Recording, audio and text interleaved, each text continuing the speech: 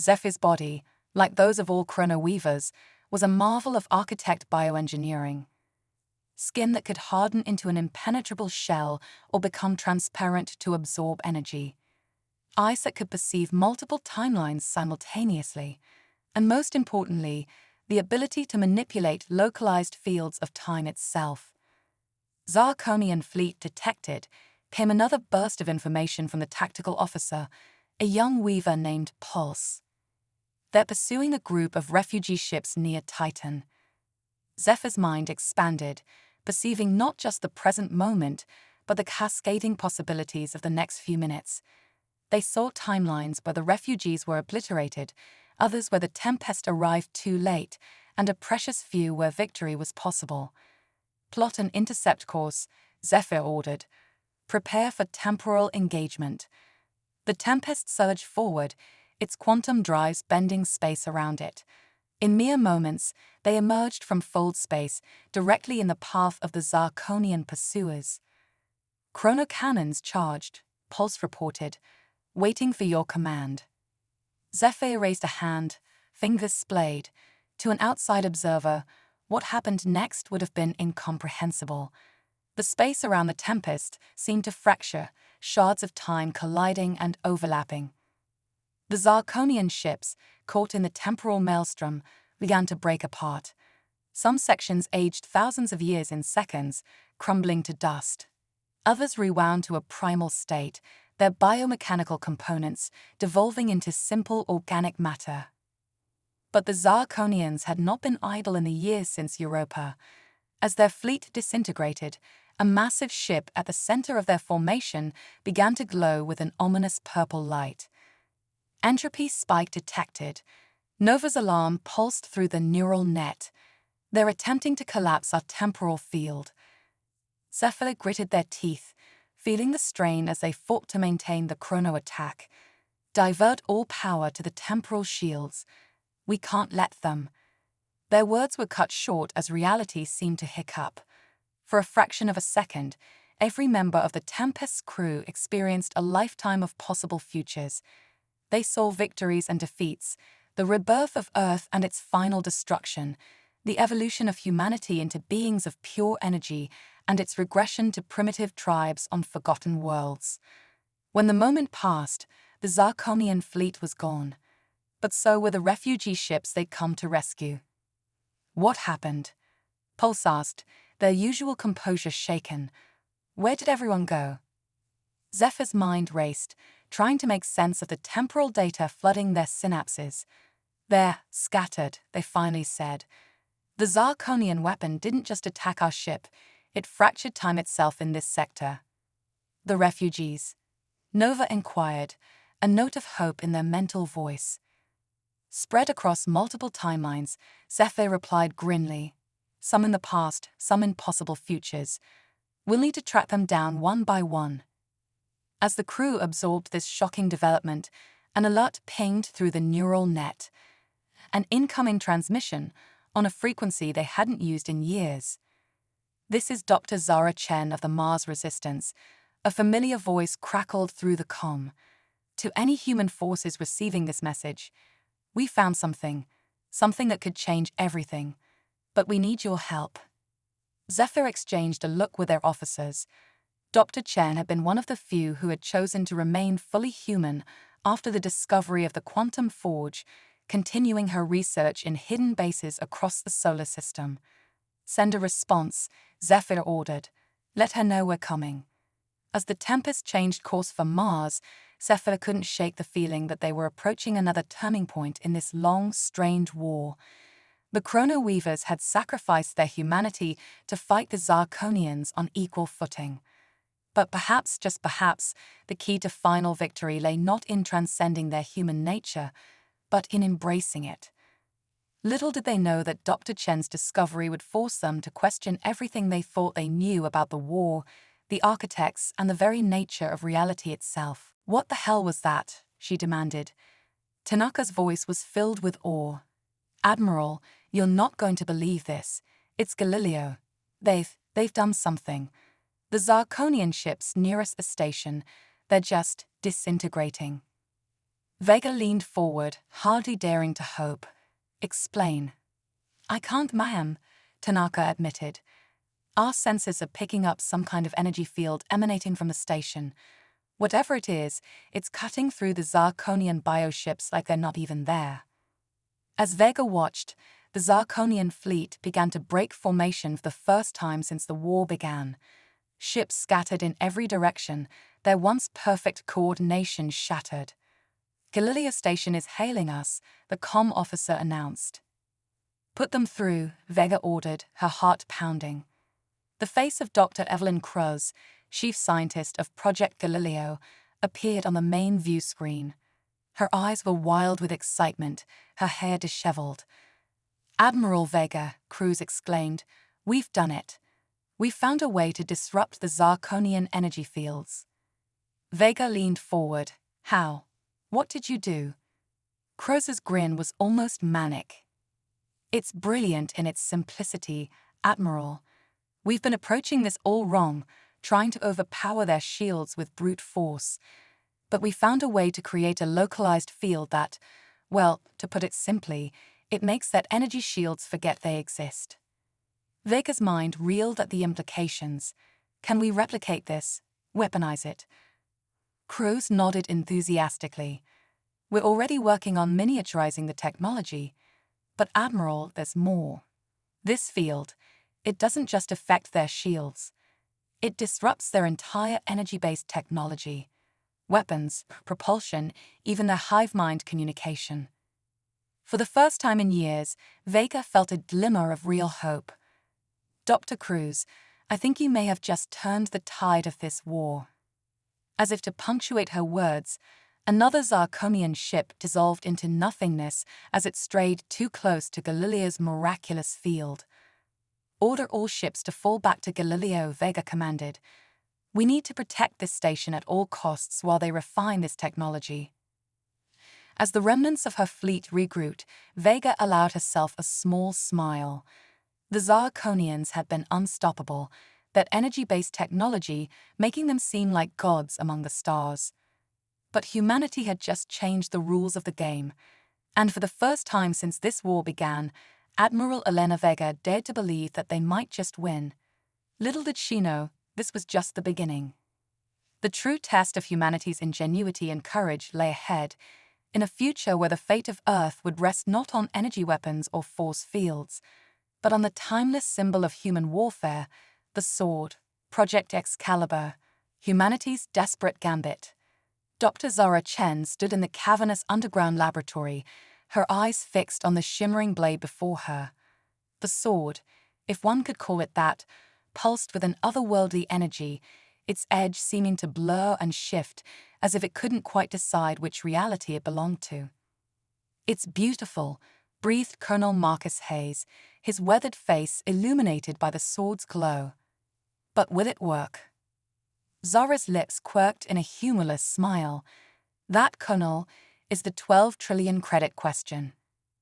It had been 6 months since the Battle of Galileo Station, where humanity had its first real victory against the Zarkonian invaders. Dr. Evelyn Krause's energy-disrupting field had been a game-changer, but its effects were limited.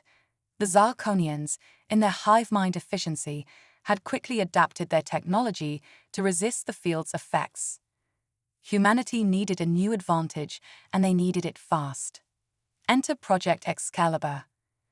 The principle is sound, Zara explained, gesturing to holographic diagrams floating around them. We've managed to create a stable quantum field around the blade, essentially placing it in a state of superposition. When activated, it exists in multiple phase states simultaneously. Marcus nodded, though his eyes glazed slightly at the scientific jargon. And in English, that means...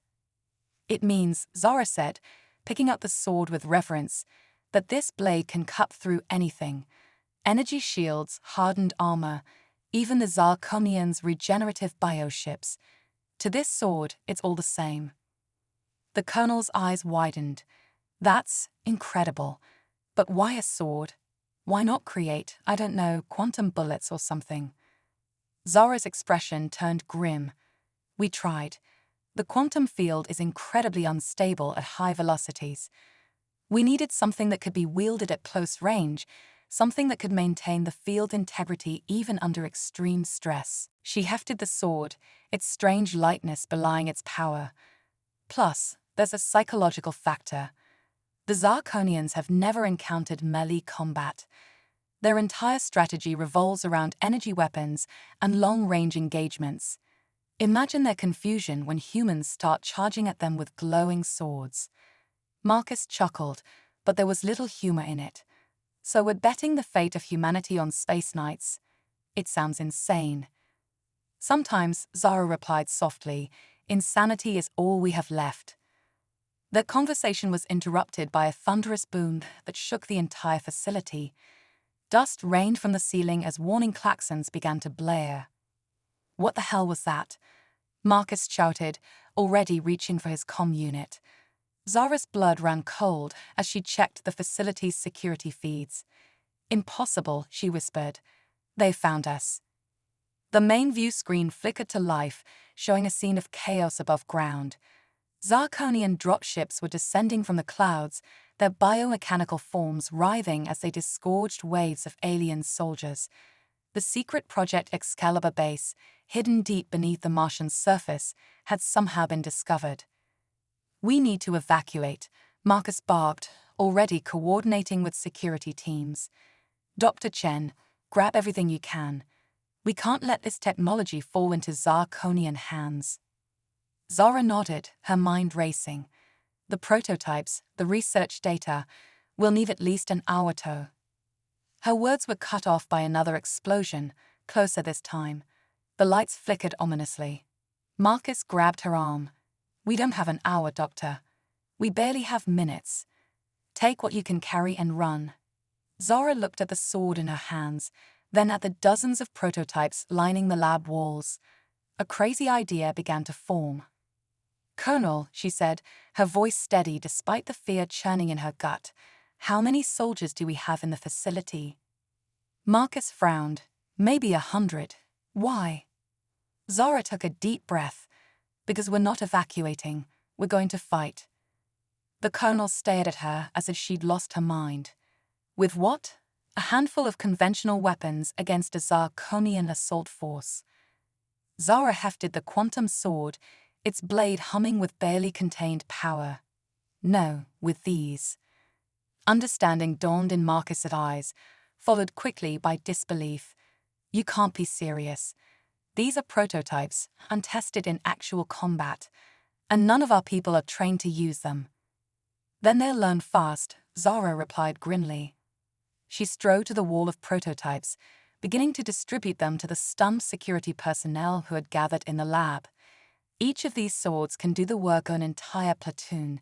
It's our only chance. For a moment, Marcus looked like he might argue further. Then another explosion rocked the facility, and resolve hardened his features. He grabbed a sword from the rack, its blade springing to life at his touch. God help us, he muttered, then turned to address the assembled soldiers. All right, people, looks like we're making a last stand. Our job is to buy enough time for the civilian personnel to evacuate with as much research data as possible. He hefted the sword awkwardly, its strange weight and balance evident in his grip. I know none of us signed up to be knights in shining armor, but that's the hand we've been dealt. Remember your training. Watch each other's backs, and for God's sake, try not to cut your own legs off with these things. A nervous chuckle rippled through the group, breaking some of the tension. Zara stepped forward, her own sword humming eagerly. The quantum field will protect you from energy weapons, but it's not invincible. A solid physical hit can still hurt or kill you. Stay mobile, use the Zarkonians' confusion to your advantage, and whatever you do, don't let them adapt to our tactics. As if on cue, the lab's massive blast doors began to glow red, the metal warping under the assault of Zarkonian energy weapons. Marcus took a deep breath, raising his sword in a salute that would have looked ridiculous just hours ago. Now, it felt like the most natural gesture in the world. For Earth, he said simply. For Earth, the others echoed, the air around them shimmering with the combined energy of dozens of quantum blades. The doors exploded inward in a shower of molten metal. For a moment, there was absolute stillness as the Zarkonian shock troops took in the bizarre sight before them, a group of humans wielding glowing swords like something out of a fantasy holovid. Then Zara charged forward, her blades slicing through the air with a sound like reality itself being torn asunder. The Zarkonian energy shields, impervious to conventional weapons, parted like mist before her quantum sword. The alien troops recoiled in shock and confusion. For the first time in the war, it was the Zarkonians who found themselves outmatched and afraid. As the battle was joined in earnest, Zara allowed herself a grim smile. They were outnumbered and outgunned, fighting with experimental weapons they barely understood. But they were human, and if humanity's history proved anything, it was that they were at their most dangerous when the odds were stacked against them. The fate of two worlds would be decided here, beneath the red sands of Mars, in a clash of advanced physics and ancient warfare, and Zara intended to make sure that every Zarkonian who had dared to threaten Earth would learn to fear the sound of a sword cutting through the air. The Quantum Forge. The desolate landscape of Europa stretched out before Captain Lyra Okoye, its icy surface reflecting the dim light of distant Jupiter. She stood at the edge of a massive chasm, her quantum sword humming softly at her side. Behind her, a ragtag group of survivors huddled in the shadow of their battered dropship. "Are you sure about this, Captain?" Lieutenant Ravi Patel asked, his voice muffled by his environment suit.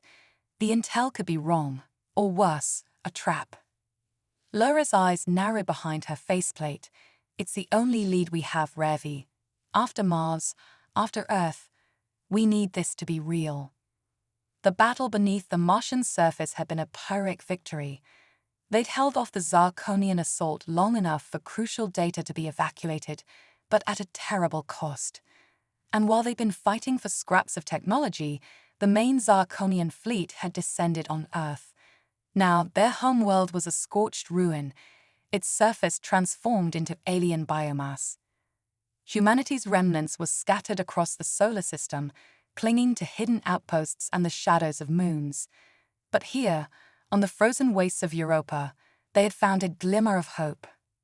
"All right, people," Lyra announced, activating her suit's short-range comm. "We go down in teams of 2. Watch your footing and keep your quantum tethers linked. If the intel is right, we'll find the entrance about 300 meters down." As they began their descent into the icy chasm, Lyra couldn't help but marvel at the absurdity of their situation. Here they were, the last defenders of humanity, rappelling into an alien abyss with swords strapped to their backs. If someone had told her this would be her future a few years ago, she'd have laughed in their face. The climb down was treacherous. Twice, they had to use their quantum swords to cut through sudden ice formations that threatened to block their path. The blades sliced through the frozen water like it was warm butter, leaving behind edges that smoked with rapidly refreezing moisture. Finally, after what felt like hours, Ravi called out, "Captain, I think I found something." Lyra made her way over to his position, her helmet lights illuminating a section of the ice wall that seemed off. The patterns were too regular, too geometric to be natural. "Good eye, Lieutenant," she murmured. "Everyone, form a perimeter. Ravi and I will check it out." Together, they activated their quantum swords and began to carefully cut away the ice. As the last layer fell away, they found themselves staring at a smooth, dark surface etched with pulsing lines of blue energy. "Is that Zarkonian tech?" one of the younger soldiers asked, a tremor in his voice. Lyra shook her head. "No, this is something else, something older." She pressed her gloved hand against the surface, and to everyone's shock, it yielded like liquid, allowing her to pass through. Taking a deep breath, Lyra stepped forward, plunging into the unknown. The world on the other side took her breath away. They stood in a vast chamber, easily the size of a small city, filled with technology that defied description. Towering structures of crystal and metal pulsed with energy, while holographic displays flickered with data in an alien script. "By all that's holy," Ravi whispered as he emerged behind her. "What is this place?" Before Lyra could respond, a voice echoed through the chamber. It wasn't sound, not really, but rather a sensation that translated directly into meaning in their minds. "Welcome, children of Earth," the voice/feeling said. "We have waited long for your arrival." A figure materialized before them, humanoid but clearly artificial. Its body was a swirling mass of energy contained within a vaguely human shape. What are you?" Lyra asked, her hand instinctively tightening on her sword hilt. The being's form rippled in what might have been amusement. "We are the architects. We seeded your galaxy with the potential for life eons ago, then withdrew to watch it flourish. But now, a great imbalance threatens all we have nurtured." Images flashed through Lyra's mind. The Zarkonians, not as the monstrous invaders they knew, but as they once were. A peaceful, curious species uplifted too quickly by remnants of architect technology they had discovered. "The Zarkonians have grown beyond their means," the architect continued. "They have tapped into energies they cannot control, spreading like a cancer across the stars. We cannot directly intervene, but we can offer you the tools to restore balance." The chamber hummed to life around them, machinery awakening from millennia of slumber. "This is the quantum forge," the architect explained. "With it you can create weapons and defenses beyond even Zarkonian comprehension. But be warned, such power comes at a great cost." Lyra's mind raced. This was beyond anything they had imagined, a chance not just to survive, but to turn the tide of the war. But the architect's warning gnawed at her. "What cost?" she asked, dreading the answer. The being's form darkened slightly. "To wield the power of the quantum forge is to step beyond the bounds of your reality. Those who use its creations will be forever changed, existing partially outside of normal space-time. You may save your species, but you will no longer be entirely human." A heavy silence fell over the group. The choice before them was monumental. Accept alien transformation for the chance to save what remained of humanity, or refuse and face certain extinction. Lyra looked at her team, saw the fear and hope warring in their eyes. Then she thought of Earth, of the billions lost, of the Zarkonian scourge spreading unchecked across the galaxy. She stepped forward, her quantum sword held high. "Teach us," she said firmly. "Whatever the cost, we'll pay it. For Earth, for all life in the galaxy." The architect's form brightened. "Then let the forging begin. But remember, young ones, in reaching for the power of gods, you may lose what makes you human. Choose wisely how you wield this gift." As the quantum forge rolled to life around them, Lyra felt a shiver run down her spine. They had come seeking weapons, but found something far greater and more terrible. The war for Earth had become a war for the very nature of humanity itself. And deep in the icy heart of Europa, the last defenders of Earth prepared to transcend their own existence in a desperate bid to save everything they had ever known. The Chrono Weavers. Commander Zephyr stood at the helm of the Tempest, a ship unlike any other in what remained of the human fleet. Its hull shimmered with an opalescent sheen, seeming to phase in and out of reality as it sliced through the void between Jupiter and Saturn.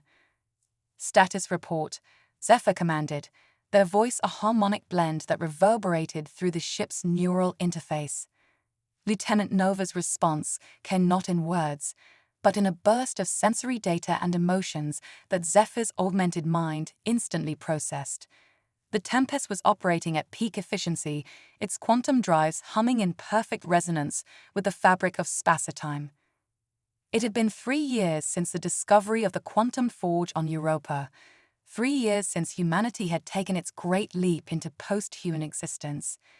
Those who had volunteered to undergo the transformation were now known as the Chrono Weavers, beings who existed partially outside of linear time. The Zarkonian Offensive. Alien Superiority and Human Resilience. Project Excalibur. Humanity's Desperate Gambit. The sword bearers, training and first deployment, turning the tide, victories and growing alien fear, the battle for Earth, climactic confrontation, a new era, aftermath and implications. Now, I'll begin writing the story, starting with Part 1. Part 1. The Zarkonian Offensive. Alien Superiority and Human Resilience. Admiral Elena Vega stood on the bridge of the UES Defiant, her weathered face illuminated by the eerie glow of holographic displays. The vast starfield before her was marred by the ominous silhouettes of Zarkonian warships, their biomechanical forms a stark contrast to the sleek lines of human vessels.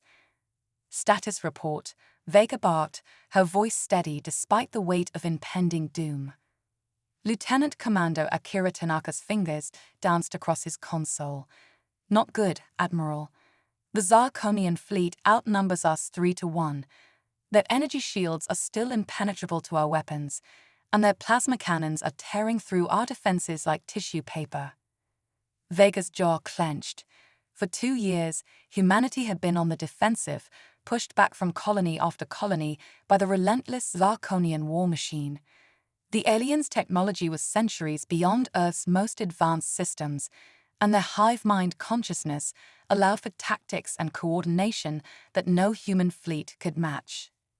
What about the Galileo research station? Vega asked, a hint of desperation creeping into her voice. Still intact, Admiral, Tanaka replied. But the Zarkonians are pushing hard. If we don't find a way to slow them down, the station will fall within hours. Vega nodded grimly. The Galileo station was humanity's last hope, a secret installation where the brightest minds worked tirelessly to find a weakness in the Zarkonian defenses. If it fell, Earth would surely follow. Patch me through to all ships, Vega ordered. The comm officer nodded, and a small light on Vega's collar indicated an open channel. This is Admiral Vega to all UAS forces. I won't sugarcoat this. We're outgunned and outnumbered. But remember what we're fighting for. Earth, our families, the very future of humanity. We may not be able to win this battle, but by God, we're going to make these bastards bleed for every inch of space they take. Hold the line. Buy time for Galileo. Humanity is counting on us. Vega out. As if in response to her words, the Zarkonian fleet surged forward. Vega watched as the first wave of alien fighters screamed towards her beleaguered forces. All ships, defensive formation Delta, she commanded. Concentrate fire on their lead vessels. Let's see if we can't disrupt their hive-mind coordination. The space around the Defiant erupted in a dazzling light show as human and Zarkonian weapons fire crisscrossed the void.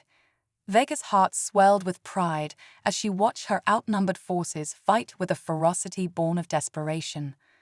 But pride quickly turned to anguish as ship after ship winked out of existence on her tactical display. The Zarkonian advance was relentless, their bioships regenerating damage almost as quickly as it was inflicted. Admiral.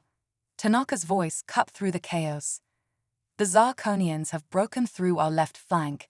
They're making a push for Galileo. Vega's mind raced. If she diverted forces to protect the station, the rest of her fleet would crumble. But if Galileo fell, helm, set course for Galileo, she ordered.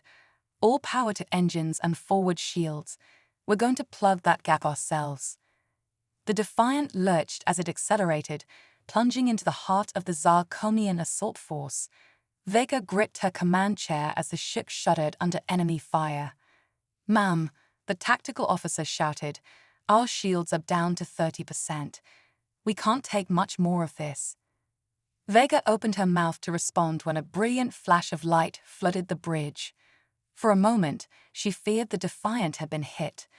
But as her eyes adjusted, she realized the light was coming from beyond the Zarkonian lines. The Paradox Protocol. Dr. Zara Chen's laboratory on Phobos was a cramped maze of jury-rigged equipment and hastily scrawled equations. As Commander Zephyr materialized within its confines, their chrono-shifted perceptions struggled to adjust to the stubbornly linear time flow. "Welcome, Commander," Zara said, her eyes widening at the sight of the post-human visitor. "I see the rumors about the chrono-weavers were understated." Zephyr inclined their head, iridescent skin rippling with fractals of possibility. "Dr. Chen, your message spoke of a discovery." Zara nodded, gesturing to a device that looked like a cross between a particle accelerator and a child's pinwheel. "I call it the paradox engine. It's easier to show you." She activated the machine. Reality flickered, and suddenly the lab was filled with copies of Zara. Some older, some younger, some barely more than children. Zephyr's temporal senses reeled. Impossible. The timeline integrity is preserved. All the Zaras set in unison. That's the beauty of it. The paradox engine doesn't just copy a person from different points in their timeline. It creates a quantum superposition of all possible versions of that person, all existing simultaneously. The implications hit Zephyr like a supernova. A weapon. The Zaras smiled, a disconcerting sight across so many ages. "Oh, it's so much more than that.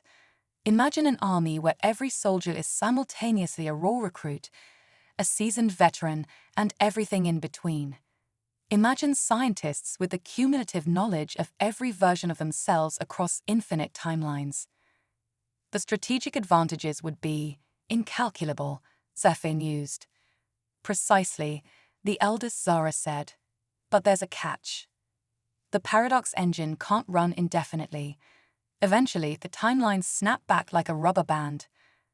Zephyr's mind raced through the possibilities. "How long?" "An hour at most," a teenage Zara piped up. "After that, the timelines reintegrate. The subject retains the memories and experiences of all versions, but physically returns to their original state." The commander's chronosenses tingled with warning. "Dr. Chen, the dangers of such technology are nothing compared to the extinction of our species." All the Zaras interrupted. "The Zarkonians are closing in. Earth is lost. This might be our last chance." Zephyr was about to respond when alarms blared throughout the base. A young soldier burst into the lab, panic etched on his face. "Zarkonian fleet incoming. They'll be within weapons range in 10 minutes." The Zaras turned to Zephyr, determination blazing in eyes both young and old. "It's time to test the paradox protocol. Will you join us, Commander?" For a moment, Zephyr hesitated. The chrono-weavers had already pushed the boundaries of human existence. This was something else entirely. But as the distant rumble of Zarkonian weapons fire reached their enhanced senses, Zephyr made their decision. Initiate the protocol.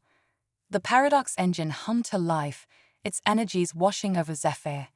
In an instant, they were everywhere and everywhen, a fresh recruit nervously clutching their quantum sword, a battle-hardened veteran leading a last stand on a burning world, an ancient being of pure chronometric energy contemplating the heat-death of the universe.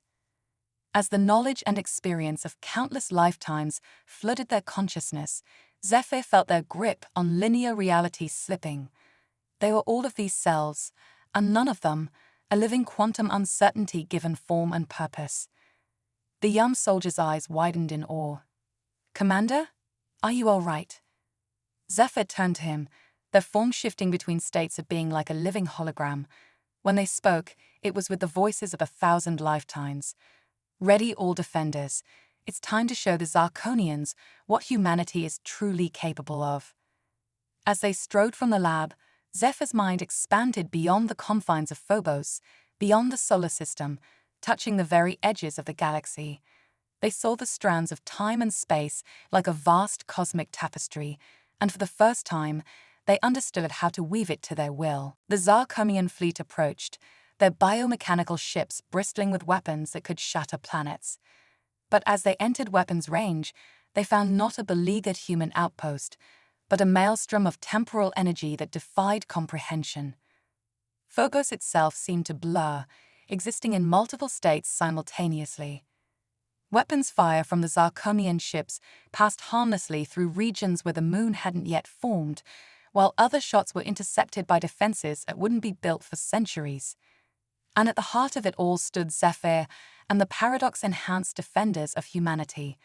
They moved with impossible speed and precision, each action informed by lifetimes of experience that had never happened. Zarkonian soldiers who managed to land found themselves facing opponents who knew their every move before they made it, who wielded weapons and technologies from futures that would never come to pass. As the battle raged across multiple states of reality, Zephyr felt the timelines beginning to strain. The hour was almost up.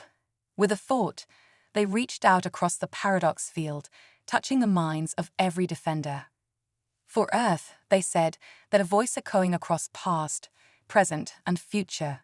For humanity, for all we were, all we are, and all we might become.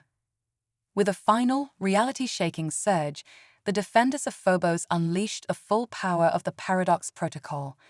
The Zarkonian fleet, caught in the temporal backlash, simply ceased to be, erased not just from the present, but from history itself. As the timelines snapped back into place and the defenders felt their myriad selves reintegrating, a stunned silence fell over Phobos. They had won, but at what cost?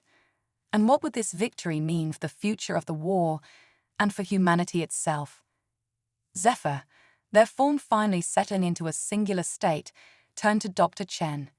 The scientist's eyes were wide with a mixture of awe and terror at what her creation had wrought. Dr. Chen, Zephyr said, their voice hoarse from screaming across 1,000 lifetimes, I believe it's time we had a discussion about the true nature of our enemy and of ourselves.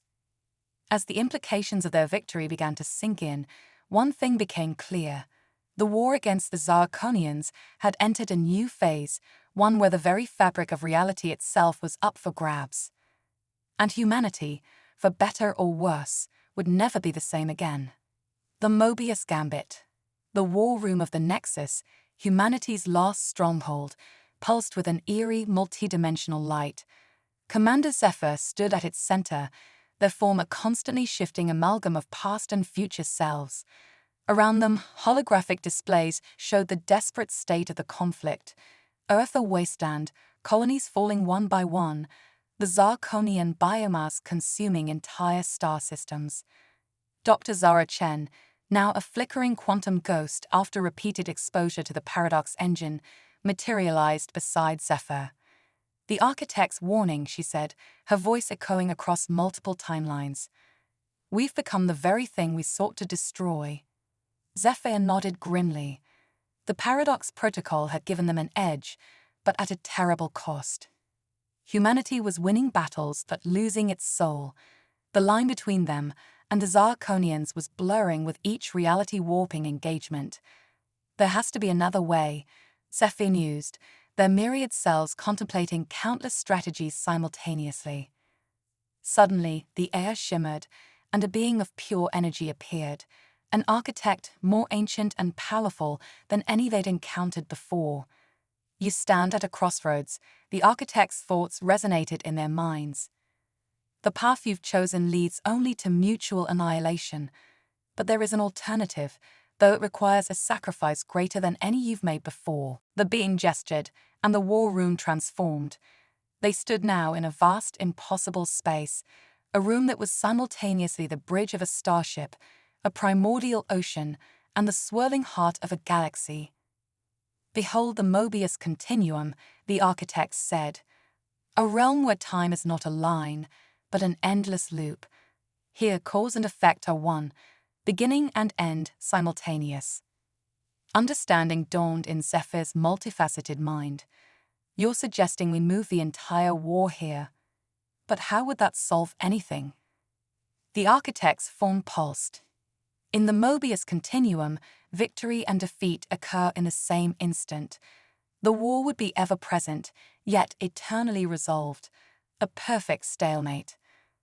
Dr. Chen's quantum form flickered with excitement. It's brilliant.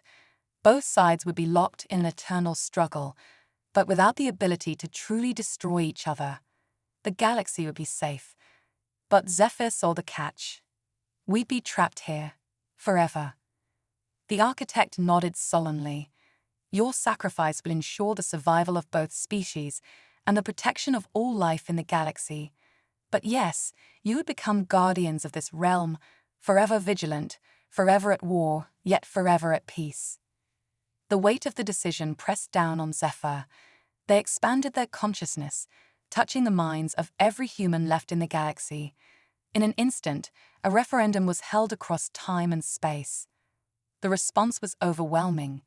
Humanity, pushed to the brink of extinction, chose sacrifice over annihilation. Zephyr turned to the architect. "We accept, but the Zarkonians are already here." A new voice interrupted. A Zarkonian overmind materialized, its biomechanical form twisting in impossible geometries. "We have foreseen this moment across 1 billion timelines. We too choose preservation over devastation." With a gesture from the architect, the fabric of reality began to warp. The Nexus, the remaining human fleets, and the vast Zarkonian armadas were drawn into the Mobius continuum. As the transfer completed, Zephyr felt an indescribable change. They were everywhere and everywhere at once. They could see the entire war playing out in a single instant, every battle, every death, every moment of triumph and despair, all happening simultaneously in an endless loop. The Zarkonian overmind's thoughts brushed against Zephyr's. So it begins, and ends, and begins again. Zephyr nodded, understanding at last. A perfect balance. Eternal conflict, eternal resolution. As the last of reality settled into the Mobius continuum, the architect addressed both species one final time. "You are now the guardians of galactic peace. Your war will rage for eternity, allowing the rest of the universe to flourish. This is your legacy." With that, the architect vanished, leaving the humans and Zarkonians to their endless dance. In the skies of Earth, now healing in the absence of conflict, a child looked up at the stars. For a moment, she thought she saw them flicker in a strange pattern, as if telling a story of great battles and greater sacrifices. Then the moment passed, and the stars shone on, silent sentinels of a peace bought at an unimaginable price. The war that never ended had saved them all. In the Mobius continuum, Zephyr led a charge against a Zarkonian dreadnought. As their quantum blades struck, they felt the echo of 1 billion other battles raging across eternity. And in that moment, stretching infinitely in all directions, they found something unexpected: purpose, meaning, perhaps even a kind of peace. The war would never end, but in its endless repetition, both humanity and the Zarkonians would find their salvation.